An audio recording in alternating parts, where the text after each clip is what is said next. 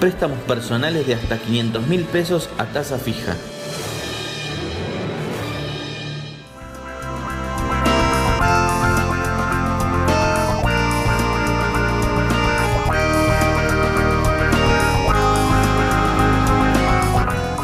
Hola, ¿cómo están? Muy buenas noches, bienvenidos a Economía 4D en un programa cargado de temas, de invitados. ¿Cómo estás, Gustavo? Buenas noches. Ibas a decir programón, ¿no es cierto? El del día de hoy. Siempre digo un programón, pero genero mucha expectativa a veces. Bueno, vamos a abordar distintos temas. Primero vamos a hablar de la renuncia de la canciller Susana Malcorra y el legado que dejó o no en materia de temas internacionales. Y después tenemos una mesa gremial, ¿no es cierto? Uno de los temas muy importantes para abordar qué es lo que está pasando con los trabajadores, qué es lo que está pasando con los salarios. Tal cual, también vamos a estar hablando de temas regionales, vamos a estar hablando de la ciudad de Buenos Aires. La ciudad de Buenos Aires, sí señor. ¿Qué está pasando en la ciudad de Buenos Aires políticamente hablando? Y vamos a estar hablando de economía, si no, ¿para qué vine? ¿Para qué estoy acá? Obviamente, en la apertura del programa nos vas a comentar.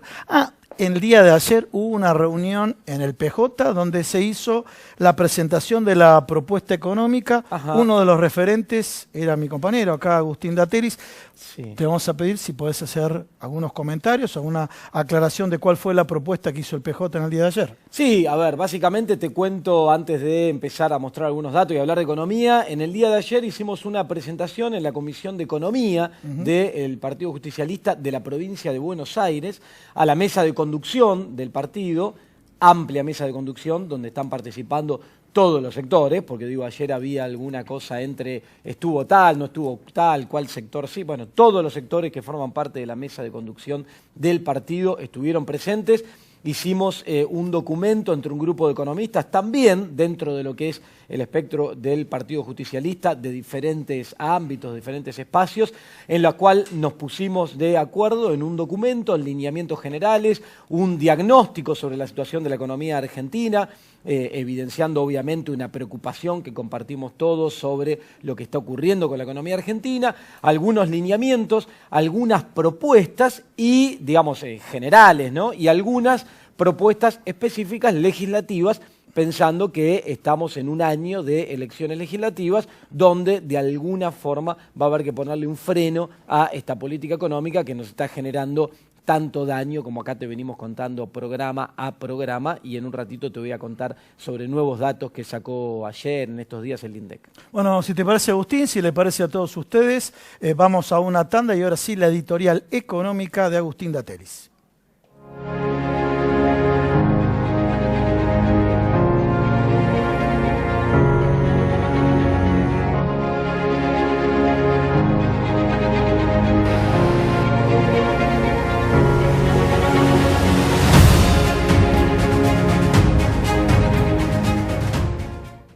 Esta es la bolsa de valores, la de los valores que realmente importan. Un lugar donde se invierte en las acciones que nos hacen crecer como personas. Aquí encontramos a los inversores de la vida. Yo me convertí en inversor de la vida cuando entendí que no me estaba comprando un auto, no. Estaba invirtiendo en conocer lugares nuevos. Y que no estaba levantando 4 paredes. Invertí en mi propia historia familiar. Empecé a invertir en las cosas que realmente te importan, porque de eso se trata la vida, ¿no? De vivirla.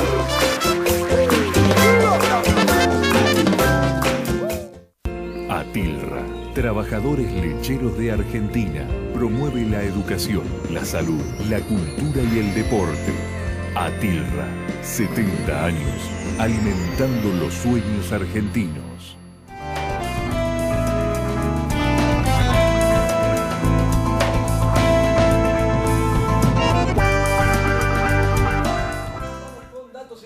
Datos frescos. Primero te voy a dar un dato que salió hace un ratito nomás, no está acá en la pantalla todavía.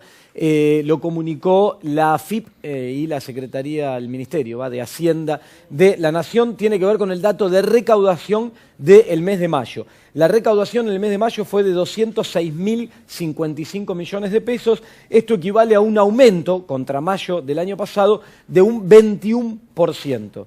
Esto es un dato que preocupa. ¿Por qué preocupa? Porque la inflación, los últimos registros de inflación anualizada, están bastante por encima de este 21%, con lo cual esto implica que en términos reales la recaudación no estaría subiendo. ¿sí? Lo cual se entiende, obviamente, después de haber recortado muchos impuestos, como retenciones y algunos otros, después de que la economía viene atravesando ya unos cuantos meses en situación de recesión, cae la actividad económica, es lógico que se recaude menos. Lo que pasa que esto conduce a una dinámica de aumento del déficit fiscal que genera unos cuantos problemas a la economía que acá te venimos contando en los diferentes programas. De hecho, la semana pasada el Ministerio de Hacienda comunicó el nivel de déficit fiscal que aumentó un 71% en relación, el dato de abril, en relación a abril del año pasado. Siempre el déficit es con un mes de retraso porque el dato de recaudación está muy rápido, el de gasto lleva un poquitito más. El último dato, entonces, la recaudación subiendo al 21% con una inflación por encima de esto, más cerca en los registros anualizados de los últimos datos mensuales de un 26-27%, o sea, una noticia que hay que mirar con cuidado lo que está pasando en el frente fiscal. Pero te voy a dar otros datos que salieron las últimas horas. El día de ayer el INDEC comunicó lo que tiene que ver con la serie de producción industrial y de construcción. Vamos a ver qué es lo que está ocurriendo. Por el lado de la producción industrial, el dato correspondiente al mes de abril, en el estimador mensual que calcula el INDEC, da cuenta de una caída de 2,3%. Siempre estamos hablando de abril contra abril del año pasado.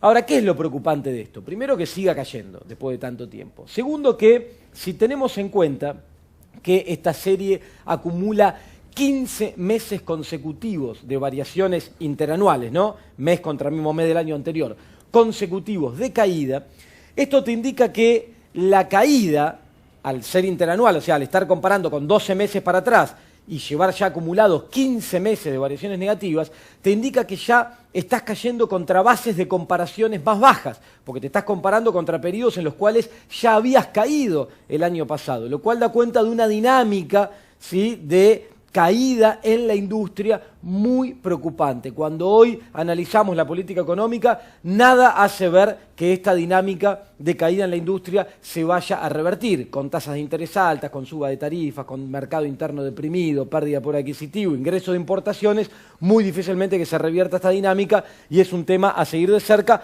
por lo que implica, y vamos a estar hablando con una mesa sindical dentro de un rato, esto sobre el empleo. Bueno, las variaciones acumuladas después de un año 2016 que cerró en torno a un 5% más o menos de caída en la industria, este año lleva acumulado al mes de abril una caída de 2,4%, que es acumulado, bueno, tomar desde enero hasta abril con el mismo periodo de ese cuatrimestre del año pasado.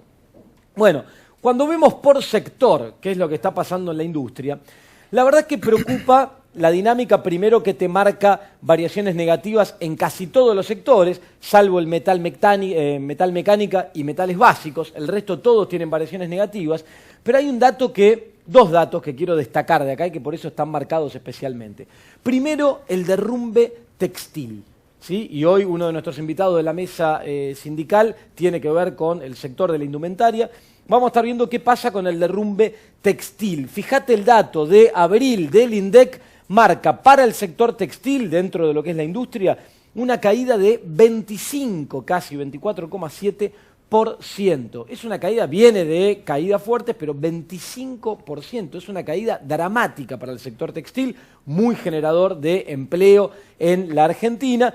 Y esto tiene que ver, ¿por qué? Porque ¿con qué? Con que es un sector sensible. Además de la caída del mercado interno y todo lo que te acabo de comentar, le afecta muy fuertemente el ingreso de importaciones, de productos importados desde orígenes con los cuales es imposible competir en estos rubros. Por ejemplo, China u otros orígenes de países asiáticos que por cuestiones de escala y de costos es muy difícil, imposible, te diría, si no te protegen, en competir.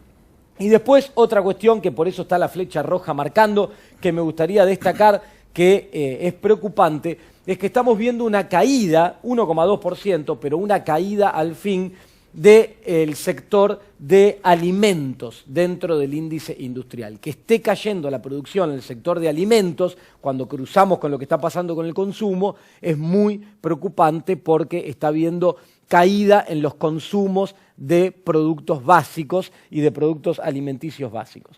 Y después el otro dato que saca ayer el INDEC tiene que ver con la construcción. El sector de la construcción sí presenta ya en marzo y ahora en abril una reversión en la tendencia negativa que vimos a lo largo de todo el año pasado e incluso a inicios de este año, los 2 primeros meses. Presenta una reversión, presenta un aumento de aproximadamente un 10% y en los puestos de trabajo vinculados con la construcción, que es la barra roja, que también venía mostrando caídas, también vemos una pequeña recuperación. ¿Por qué es esto? ¿Cómo se explica esto? Principalmente por la obra pública. El año pasado la obra pública estuvo prácticamente detenida, congelada, parada. Este año, año eleccionario, ha empezado a haber una recomposición de la obra pública, por eso es que en el sector de la construcción empieza a verse un cambio en esa tendencia. Bueno, obviamente que no alcanza para la generación de empleo que la economía necesita, ni para la reactivación que la economía necesita, solo con la obra pública, pero para revertir los datos de construcción, bueno, ahí tenemos los resultados y empezamos a ver alguna variación positiva. Estos son los últimos datos que salieron.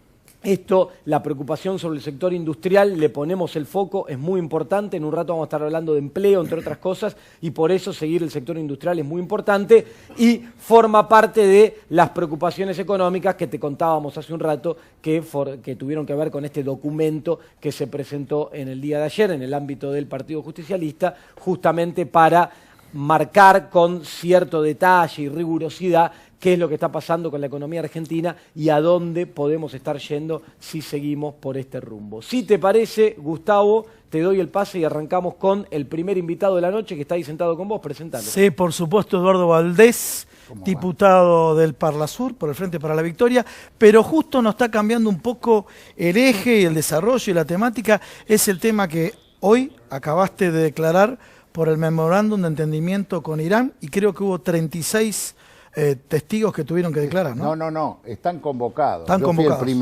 el primero, sí. Sí. Bueno, yo fui jefe de gabinete de la Cancillería del 2003 al 2005 y entonces me convocaron, pero la verdad que en aquel momento ni la palabra memorándum yo la conocía, así que... ¿Y entonces por qué te convocaron? Bueno, porque querían conocer cuál había sido nuestra actividad con Irán.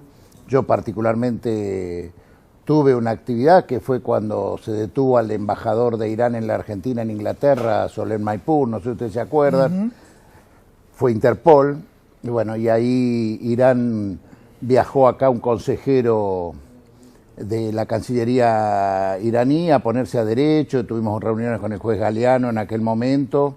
Él planteó el por qué no contestaban los exhortos, que era lo que a nosotros nos interesaba, y era por qué encabezaban los exhortos con diatribas hacia los jefes religiosos iraníes, y lo que nos planteaba en aquel momento la Cancillería, al juez se lo dijeron en nuestra presencia, era que si él no le estaba pidiendo que le manden a los líderes religiosos, no los imputaba y los calificaba mal por la ley de Sharia, que es la ley que rige en el Islam, ellos no podían ni siquiera leerla. Entonces le pedía que saque las calificaciones negativas a los líderes religiosos y le califique a quienes quería que le extraditen. Bueno, eso fue... Después es destituido el juez Galeano y viene el juez Canicova Corral, con el canciller Bielsa fuimos a verlo para plantearle esto. Y esa fue nuestra actuación, pero independientemente de eso, yo fuera de la Cancillería trabajé bastante, fui abogado de una de las organizaciones de víctimas, de familiares de víctimas, el 18J, y le conté hoy al fiscal que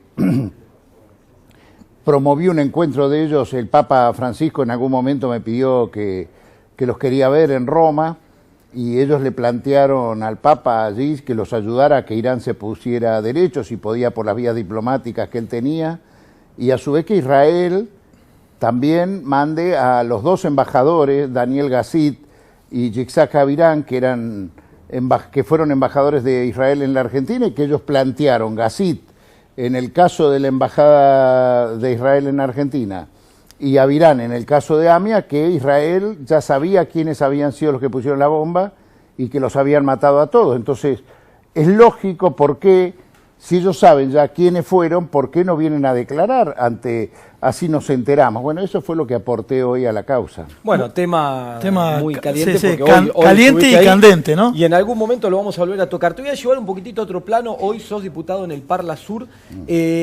¿Cómo ves, yo estoy bastante preocupado por los acontecimientos, cómo ves la situación en Brasil y el impacto que puede tener eso en la región? ¿Temer sigue? ¿No sigue? Bueno, el lunes nosotros tuvimos reunión del Parla Sur en Montevideo y fue un arduo debate que se tuvo sobre Brasil y Venezuela. Te interrumpo a la pregunta que te hizo Agustín. ¿Cómo ves el clima? En ese arduo debate, ¿cómo está el clima con los brasileros? Mirá, empezó muy caliente, pero debo decir que los dos sectores que estaban lograron ponerse de acuerdo en una declaración que propone que el Parla Sur pueda acompañar. Yo veo, es muy difícil, creo que Temer pueda continuar, ¿no? O sea, hay una crisis política profunda porque aún los que lo deberían suceder a Temer están siendo investigados o hay pruebas estoy hablando del presidente de la Cámara de Diputados, el presidente de la Cámara de Senadores.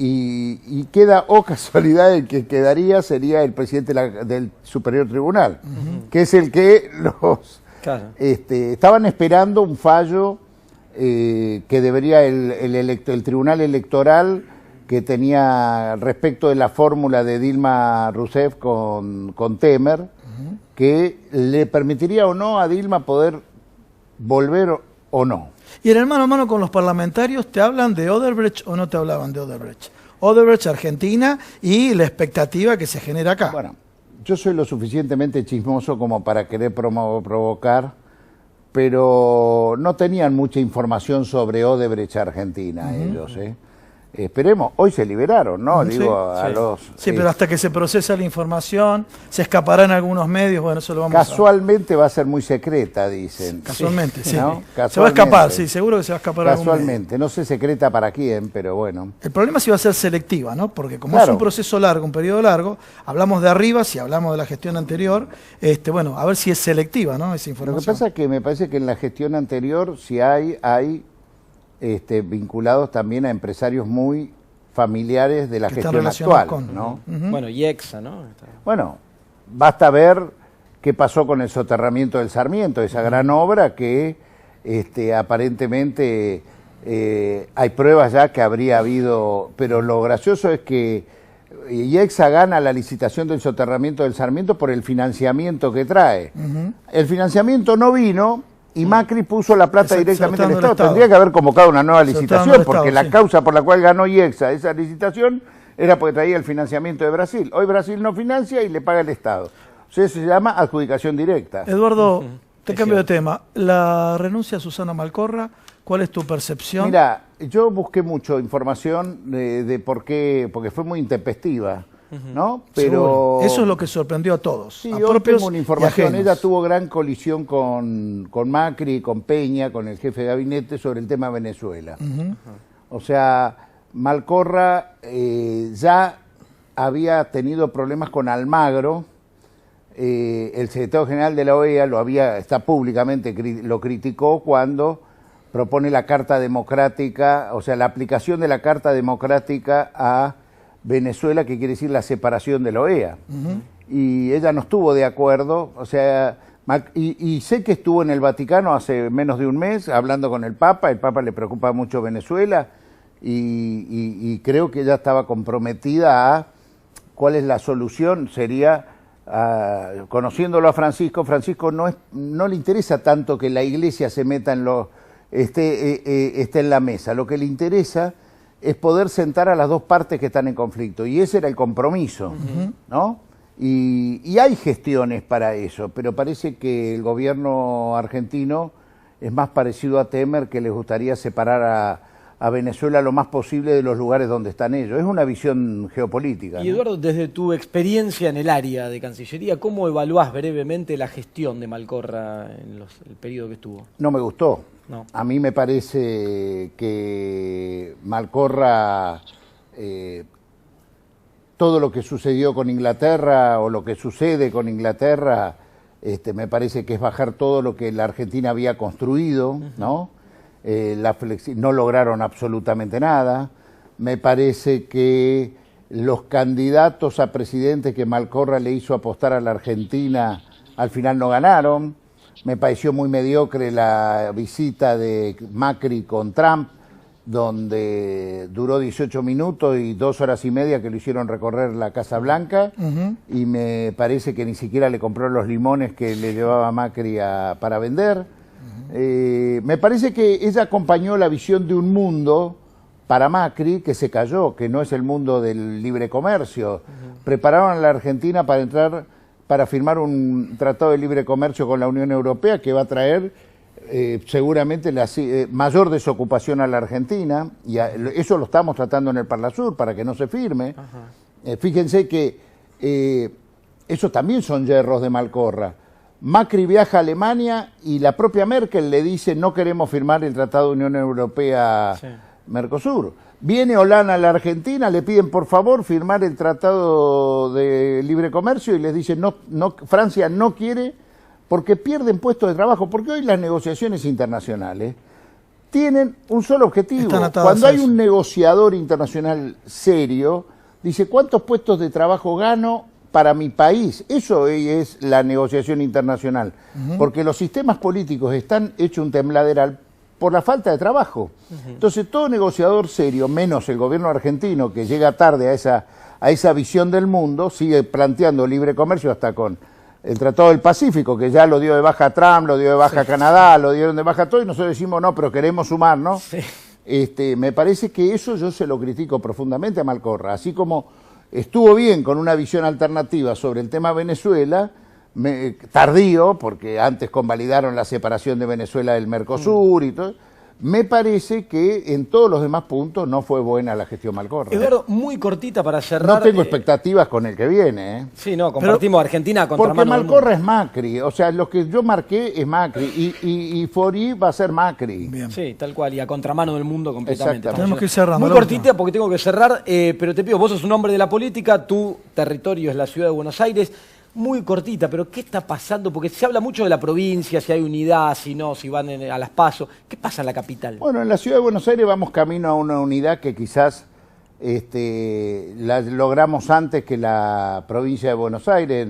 Nosotros estamos presentando mañana una alianza que venimos trabajando hace bastante, que va desde Alberto Fernández, que está en otro espacio político, Víctor Santamaría, Daniel Filmus, Jorge Tayana, que está en el movimiento Evita, o sea, lo que en la provincia de Buenos Aires está bastante enfrentado en nosotros, y la semana que viene vamos a presentar un frente mucho más amplio, que es cuando hay que firmar los frentes, donde va a estar Claudio Lozano, Itay Agman, creo que va a estar Gustavo Vera también, que viene trabajando desde el comienzo con nosotros, así que creo que, o sea, la idea nuestra es ampliar ese frente a personas y a agrupaciones que no compartieron, que no estuvieron con nosotros hasta el 10 de diciembre del 2015. Eduardo, muchísimas gracias. ¿Por qué no Miriam Bregman, que la veo por ahí, nosotros? Va a estar acá ahora, vamos a estar hablando con ella, candidata. Vamos a ver qué dice, ya se la dejaste plantear. Eduardo, que no, Eduardo muchas gracias. Muy amable. Gracias, Eduardo. Gracias. Bueno, vamos a una pequeña tanda, si te parece, ¿no? Dale, vamos y seguimos. Atilra, trabajadores lecheros de Argentina, promueve la educación, la salud, la cultura y el deporte. Atilra, 70 años, alimentando los sueños argentinos.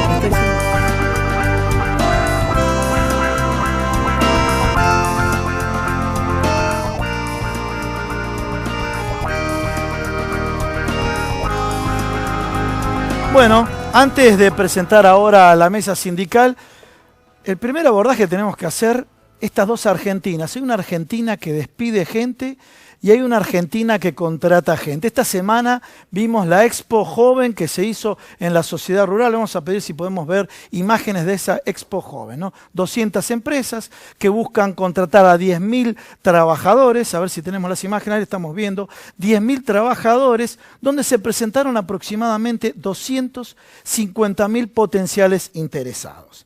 En este tema, mientras que vemos a aquellos que están buscando trabajo, el primer dato económico, que en el año 2015 el desempleo en los jóvenes era del 17% y ahora en los jóvenes ese rango de 18 a 26 años es del 21%. Fíjense, del 17 al 21% aumentó 4 puntos.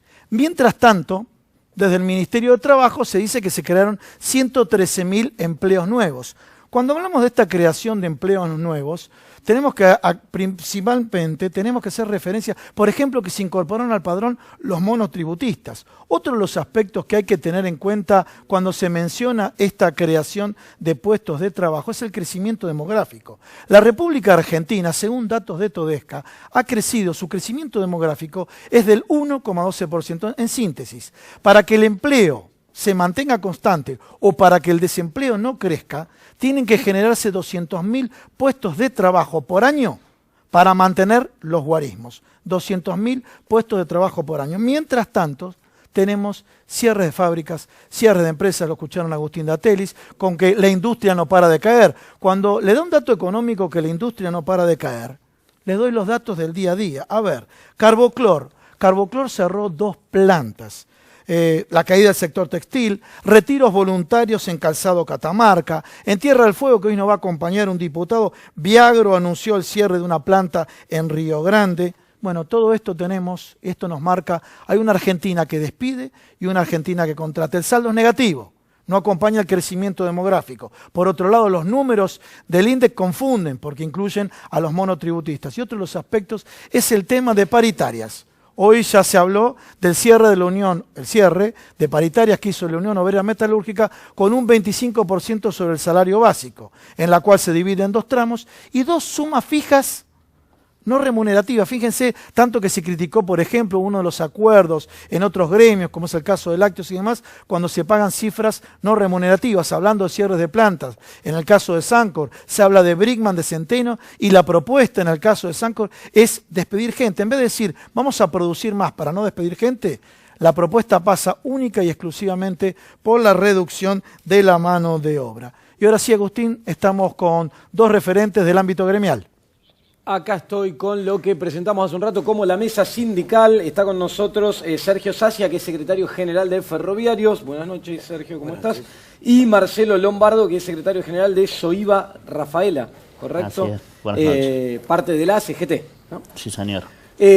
Bueno, vamos a arrancar. Yo hablaba recién de industria, cómo cae la industria, el empleo. Después te voy a hacer alguna pregunta política, Sergio, porque es ferroviario y recién hablamos de las PASO, de la provincia de Buenos Aires, algo te voy a preguntar. Pero, ¿cómo estás viviendo esta situación económica en Argentina en términos del empleo, vos desde el espacio sindical el que representás?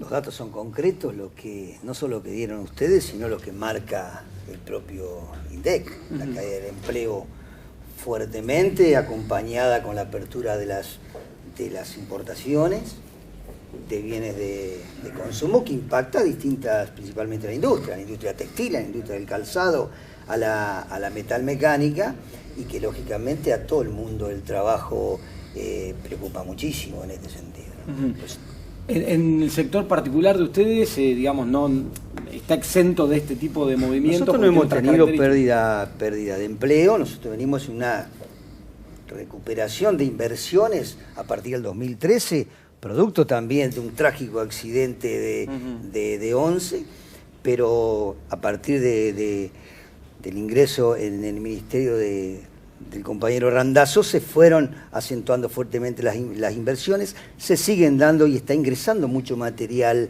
del exterior, pero nosotros decimos desde hace tiempo que llegó la hora de fortalecer la industria nacional.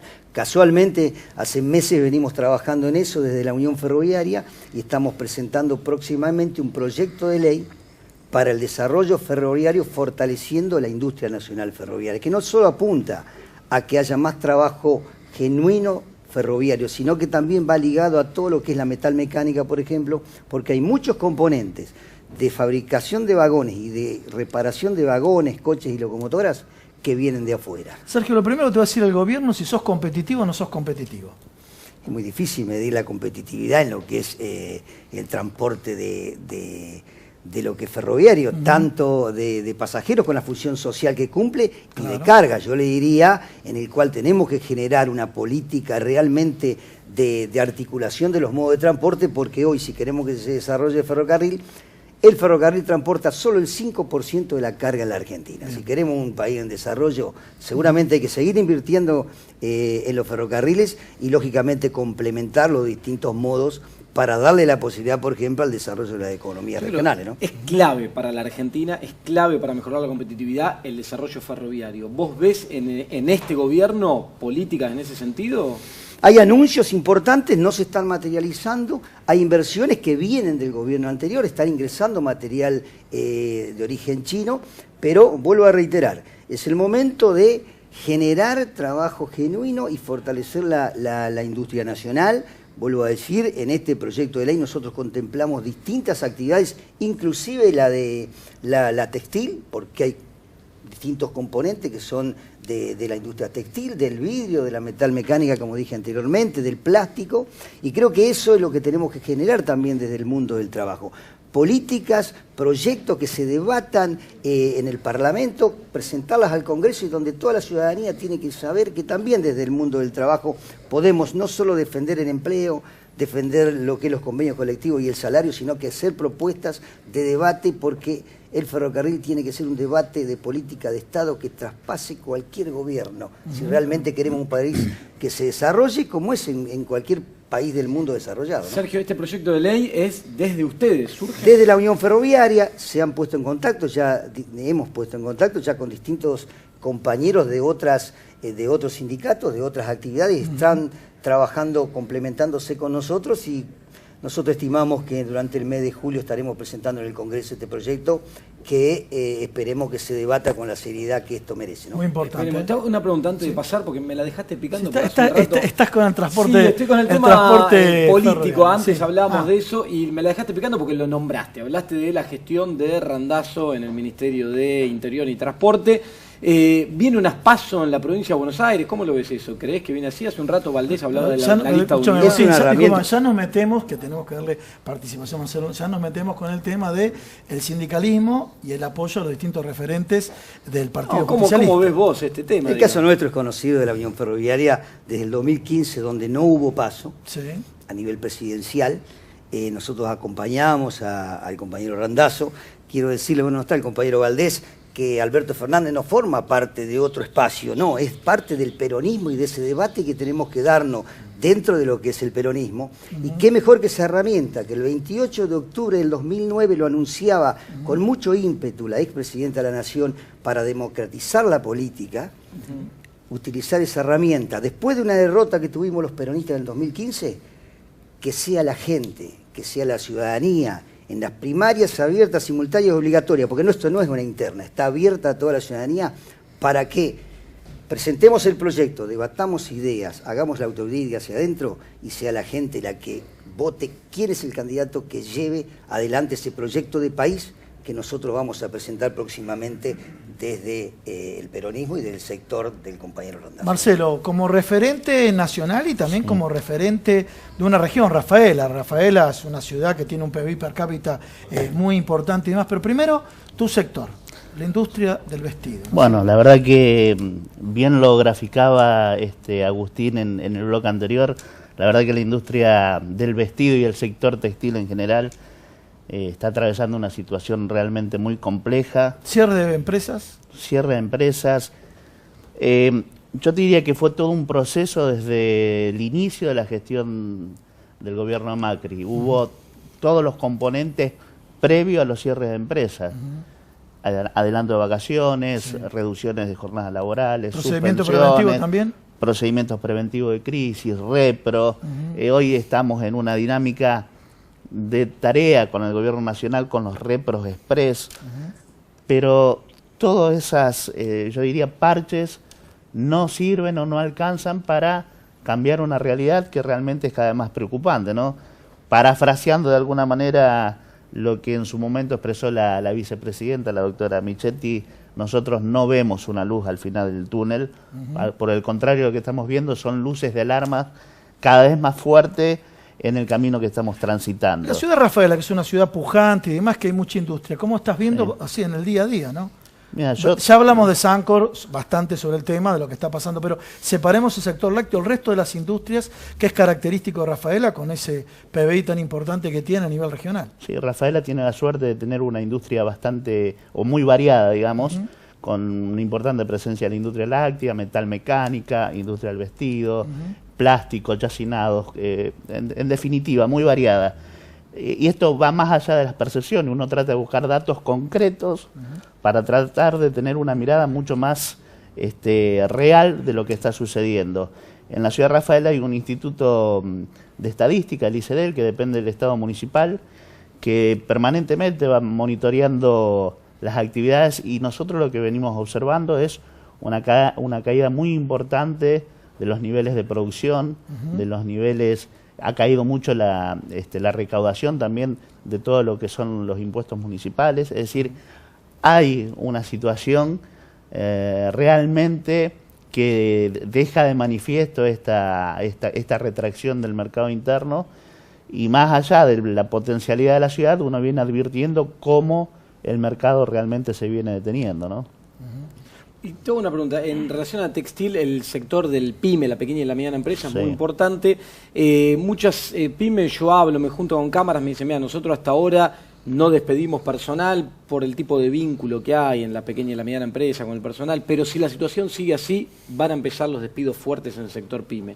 ¿Los preocupa eso? ¿Lo estás viendo así? Totalmente, lo estamos viendo, y creo que estamos llegando a una instancia límites, lo que te marcaba antes. Creo que se fueron dando los distintos procesos que de alguna manera se ensayan para sostener el nivel de empleo, pero estamos llegando a una situación límite donde ya no alcanza con las medidas que se fueron tomando y donde ya es necesario poder advertir una modificación de la realidad que está uno lamentablemente no lo avisora, ¿no? Esto que vos bien marcabas, un mercado interno retraído que fue por otra parte el motor de la recuperación y el sustento de nuestra industria después de la debacle ya del 2001, y por otro lado una política de apertura indiscriminada a las importaciones con productos que fundamentalmente vienen de regiones donde no solo los trabajadores no gozan de las mínimas condiciones laborales, sino de los derechos humanos fundamentales, prácticamente trabajando en condiciones de esclavitud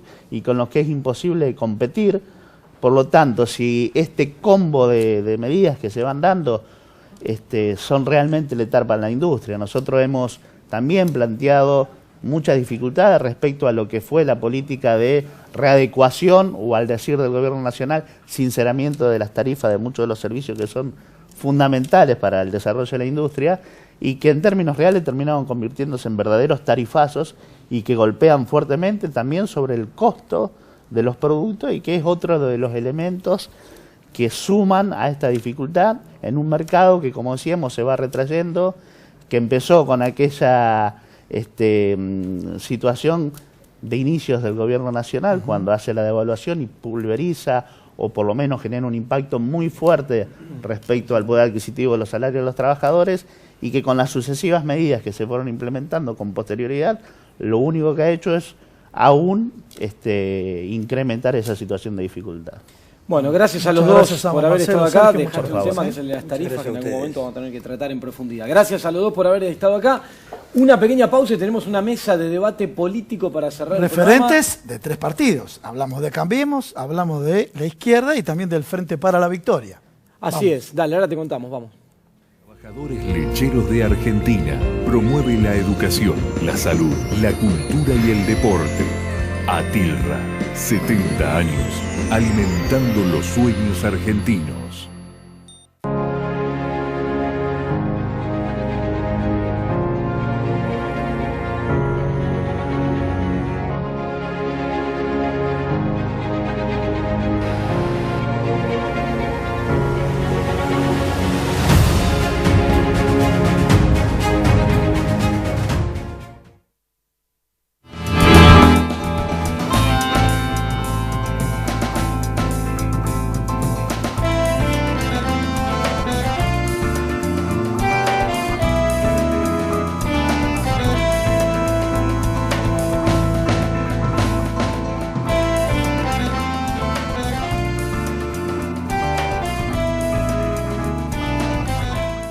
Bueno, comenzamos el último bloque acá. Gastón Roma dijo, ¿tiran alguna buena? Sí, podemos tirar algunas buenas, pero presentamos a los invitados. Comenzamos por las damas. Miriam Bregman, candidata, bueno, precandidata. Después nos vas a contar cómo ven el escenario, ahora. Ya queda muy poco tiempo. Parece que la izquierda marca que puede crecer en un segmento. Adrián Grana, también muchas gracias por estar en el programa. Ya te presenté. Gastón Roma, bueno, vos vas a presentar las buenas noticias, ¿eh? Pero vamos a arrancar primero, si te parece, con Miriam. Y voy a arrancar con la que dejó picando hace un ratito Eduardo Valdés. Quiere armar un espacio amplio y te invitó al aire acá, digamos, hay posibilidades. Pero ya adelantó que Miriam va a decir que no. Adelantó, bueno, eso. Miriam va a decir que no. Creo que la izquierda tiene precisamente una gran oportunidad en estas elecciones de crecer. Venimos creciendo mucho, no solo en el Congreso Nacional con 4 diputados, sino también en distintas provincias. Y creo que en esta oportunidad la izquierda tiene una gran posibilidad de crecer porque hemos enfrentado consecuentemente al gobierno de Cambiemos. Creo que como oposición política hemos demostrado que lo que dijimos en la campaña, lo que cuando decimos que es un gobierno de derecha, decimos eso y después no le votamos las leyes en el Congreso. Y haber sido una oposición consecuente, al menos yo lo noto todos los días, lo noto en el subte, en el colectivo, que es algo que te dicen fuerza, no aflojes, vos sí que los enfrentás, y esperemos que eso también se traduzca en votos. Con Nicolás del Caño estamos recorriendo las universidades y en los jóvenes, evidentemente, el Frente de Izquierda tiene... Un temita para una mujer de fuste, ¿no? De empuje. Ustedes están trabajando de la izquierda por el tema de paridad de género, ¿no es cierto?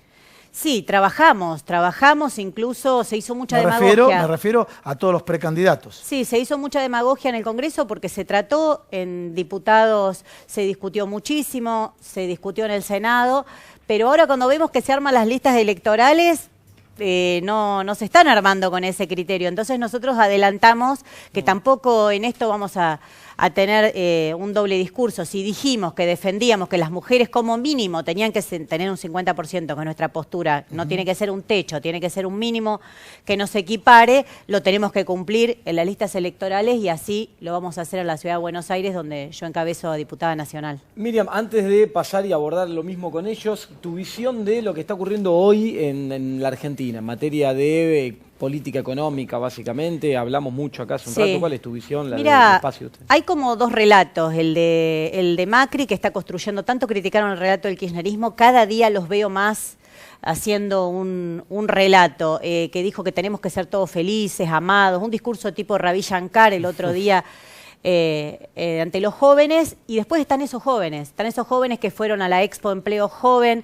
A mí siempre me ofende mucho cuando les dicen ni, porque eso demostró que no son ni. Que los que son ni son los empresarios, esos grandes empresarios que estaban ahí, que son ni empleo ni salario. A ellos habría que decirles ni.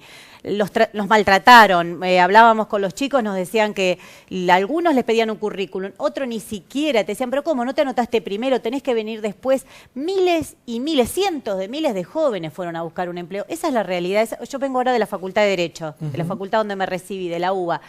Estuve en Filosofía y Letras hace 2 días. Hablas con los jóvenes 2 temas que dominan la conversación. La violencia de género. La violencia de género es una gran preocupación. Y el empleo. Todos los chicos te cuentan, trabajaba en Jumbo 12 horas, 13 horas, me echaron, estoy peleando para que me paguen. Otro chico trabajaba en un call center para una, creo que era LATAM, el que me dijo, la ex. Sí, es LATAM. Trabajaba en un call center, se sacaron 300 con retiro voluntario, ahora echan los 40 que quedaban. Es permanente, yo después que me cuenten la estadística que quiera, pero hay una estadística que nosotros tenemos por estar con los trabajadores, con los jóvenes, y evidentemente hay un grave problema de desempleo que está pegando notoriamente en mujeres y jóvenes. Bueno, Adrián, vamos con Adrián, ¿no? ¿Cómo lo estás viendo vos del Frente para la Victoria? Y un poco te tomo lo que decía Miriam, que puso énfasis en nosotros nos opusimos siempre desde el Congreso, porque hay ciertas críticas al espacio, ¿no?, de que algunos acompañan. Bueno, creo que mayormente debe ser excepción en lo que no hemos votado juntos con Miriam desde el bloque de diputados del Frente para la Victoria con respecto a las políticas públicas de Mauricio Macri. Ciertamente, lo que sí nosotros hemos siempre y venimos marcando, hubo distintas conductas dentro del Congreso inclusive de algunas personas que, habiendo sido electas por el Frente para la Victoria, rompiendo el bloque del Frente para la Victoria, en el Congreso han tenido una práctica casi de cogobernar con Mauricio Macri. Y otros que ya no casi, como en el caso de Sergio Massa, que cogobernó con Mauricio Macri. Por lo tanto, digo, no, lo que vemos es una perspectiva, y esas votaciones tienen que ver con un análisis de la realidad. Desde hace 16 meses en la Argentina estamos sufriendo los sectores populares embates extraordinarios con respecto a las cuestiones básicas y más indispensables que tienen que ver con golpear permanentemente la capacidad de consumo de los sectores populares. Ustedes mostraban al principio del programa una cantidad de indicadores que hacen básicamente a la caída de la industria. Bueno, esa caída de la industria lo que significa y lo que tiene como correlato es la caída del consumo, porque esa caída de la industria significa que hay menos asalariados, y hay menos asalariados, hay menos consumo, y por lo tanto la cadena es una cadena, un círculo vicioso que va de mal en peor, porque si bien arrancaron muy fuertemente con estas políticas de apertura indiscriminada de importaciones, por ejemplo, que ya ahora las importaciones son de consumo básico. Estamos importando por primera vez batatas.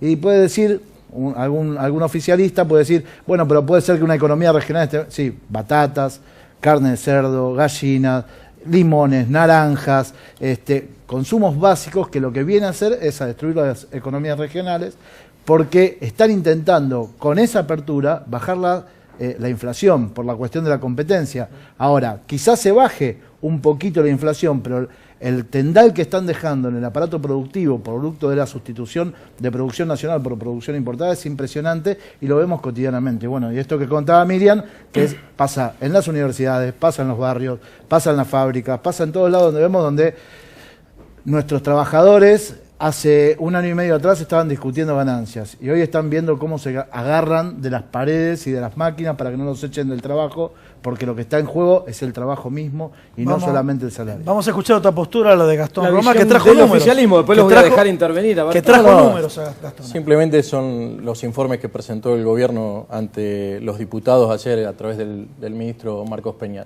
En principio, voy por partes. Sí. El jefe de gabinete impresentable que estuvo al principio no sabía lo que era un memorando y ese fue el jefe de gabinete de la Cancillería anterior. Entonces, para poner las cosas blanco sobre negro. Segundo, vos mencionaste una empresa de Tierra del Fuego que estaba cerrada. Sí, sí. Casualmente, la gobernadora benefició a otra empresa de turba, porque es una turbera, benefició a otra empresa de turba que es de sus amigos. La gobernadora de Tierra del Fuego es del Frente para la Victoria.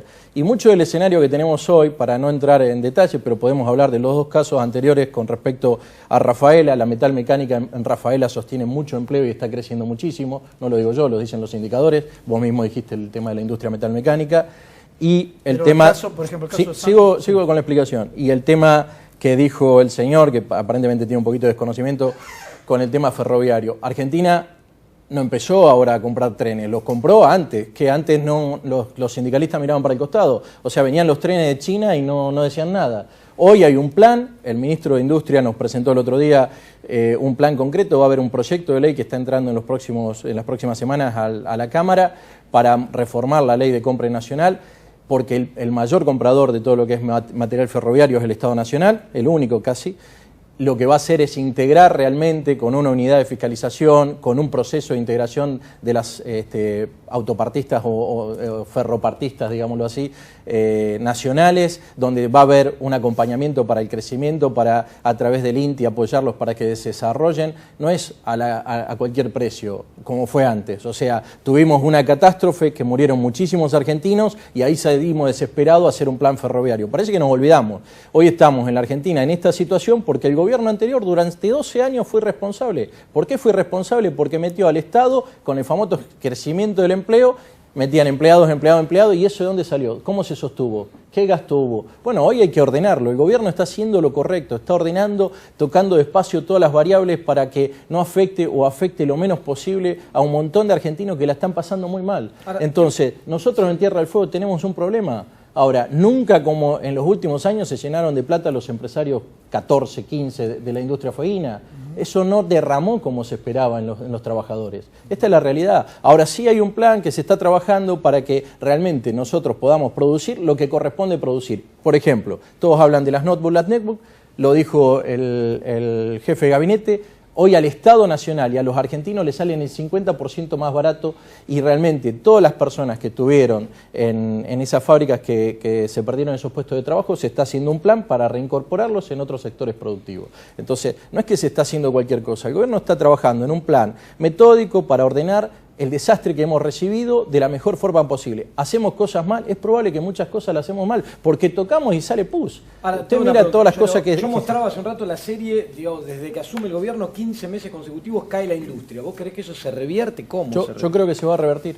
No ahora, va a tardar un montón de años. Va a tardar un montón de años. A esta dinámica no puede seguir. No, pero ya tenemos indicadores favorables en un montón de rubros que no lo resaltan. Porque si queremos ver el vaso medio vacío es muy fácil. Tenemos un indicador importante del crecimiento de 6 puntos en la construcción. Tenemos un indicador importante, no lo digo yo, ahora por suerte tenemos un INDEC creíble que debate con el Ministerio de Economía. Sí, que discutió con Duhovne, Y está bien. Dio un 40% de pobreza y está presentando en futuro una ley para ser autárquico realmente como debe ser. Eso no se veía antes. Todesca dijo que lo apretó Duhovne. No, a mí no me consta, esos son los dichos de Todesca. El informe era claro, ¿no? Pero sus números hoy nos están diciendo que crece el empleo en la construcción, que crece el empleo en la metalmecánica, que está creciendo la Argentina por el primer trimestre que está creciendo. Esos datos no se niegan, el tema es el promedio, cómo sacan el promedio. Hay mucha gente que está afuera, pero mejor lo dejamos a Miriam Bregman, a los candidatos de los otros partidos, ¿no? No, lo que decía al principio, me parece que el gobierno, bueno, los números son los números, la caída de la industria es la caída de la industria, la pérdida de empleo es la pérdida de empleo y es lo que se ve.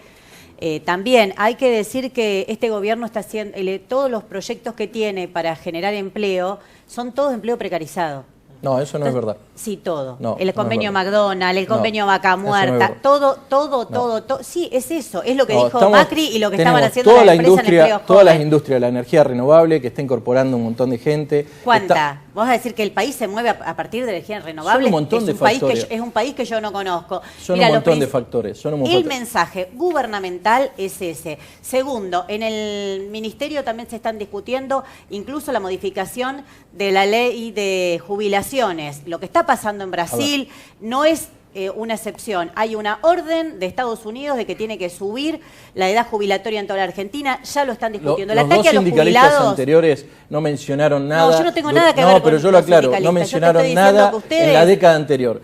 Hoy hay un plan concreto que va a generar aproximadamente 70.000 puestos de trabajo en la industria ferroviaria. Te puedo decir algo de la década anterior. Ustedes están aprovechando la legislación flexibilizadora que la década anterior tampoco modificó, porque todas las leyes de flexibilización del trabajo las impuso el menemismo. Bueno, la alianza, la famosa ley Banelco, era por una ley flexibilizadora. Esa ley se derogó porque era un escándalo en el gobierno de Néstor Kirchner y todo lo demás quedó.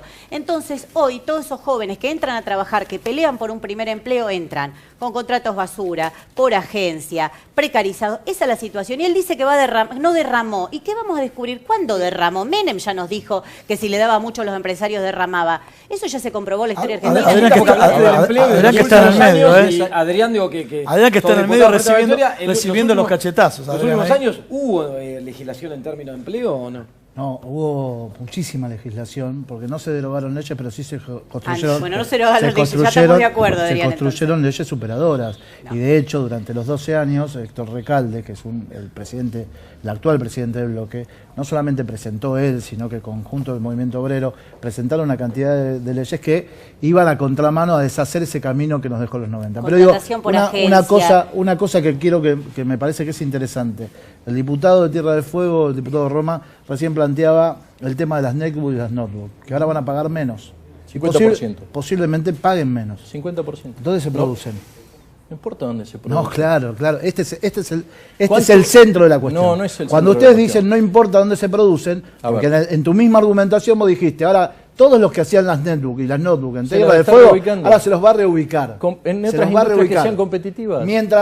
Mientras tanto, reubicación que nunca llega, pero mientras ¿cuántos tanto empleos hay generaba empleos con que cuántos que se millones pierden. de argentinos se veían En cambio había perjudicados? un Estado en los 12 años anteriores, que esto es lo que ustedes llaman la mentira, ¿sí? la ilusión que se generaba, es que nosotros armábamos las netbooks, se armaban las notebooks, esto generaba los aire acondicionados, las heladeras, ¿sí? Todas las cosas que ustedes dicen que parte de la fantasía que vivía el pueblo argentino, que podía acceder a determinadas cosas que se producían en la Argentina y que ustedes ahora la traen capaz más barata. Lo peor que nos dejó el kirchnerismo fue el caso de las netbooks. Lo peor que nos dejó el kirchnerismo fue 10 años superando el 1000% de inflación. Eso es lo peor que nos dejó el kirchnerismo.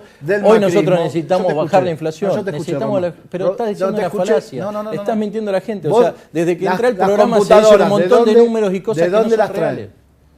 ¿De la industria nacional? No. No. ¿Son importadas? Son importadas. Bien. Entonces, esa importación lo que está haciendo es destruir mano de obra local.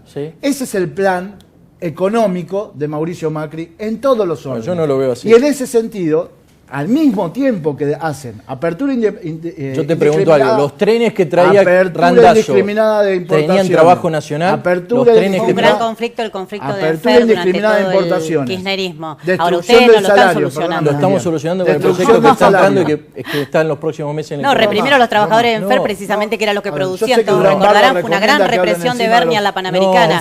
Pero ustedes siguen el mismo camino.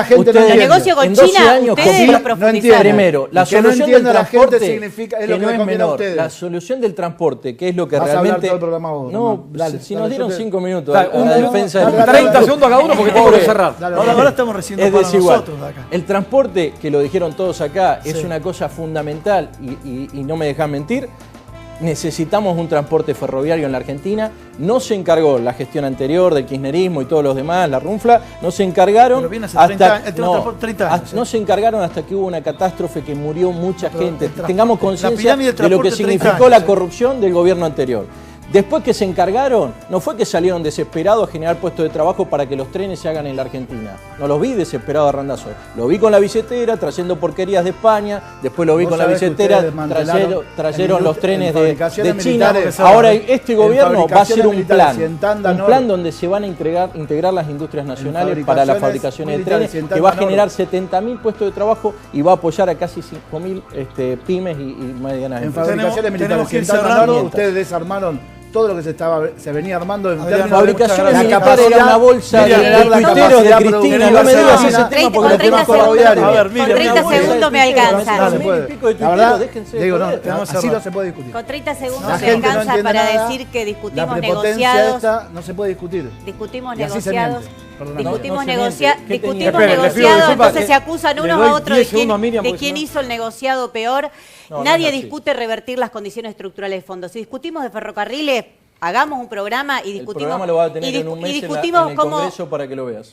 No, se ¿qué, puede pero que hacer. van a estatizar los ferrocarriles, van a No, estatizar de todo lo nuevo las contrario, empresas todo de lo contrario. los Ahí tenemos servicios, que cerrar, no, ahora le sí aplican tenemos un que cerrar. tarifazo. 10 años Entonces, para la Ahora sí discutamos en tenemos que serio. cerrar, ¿eh? Roma, Discutamos solamente en una serio. cosa. Muchas gracias. hay En un acuerdo de octubre, 10 años en para octubre la vas a tener industria las estadísticas. Bueno, vas El a ver. programa Muchas gracias, que Agustín. se equivoca. Bueno, Agustín. Gracias a los muchas tres, gracias. rico el debate, Vamos, bien. picante por momentos. Picante se puso. Bueno, gracias a Otro todos. día lo vamos a hablar, los especialistas de transporte, 30 años que viene este tema, el transporte automotor, que compite con el transporte ferroviario. Pero, ¿sabes qué? Mujer Maravilla en el próximo programa. Bueno, quédense con la Mujer Maravilla, que va a estar más divertido que nosotros y es más simpática que nosotros también. Y nos vemos el jueves acá a las 9 de la noche. Chau. Chau, gracias.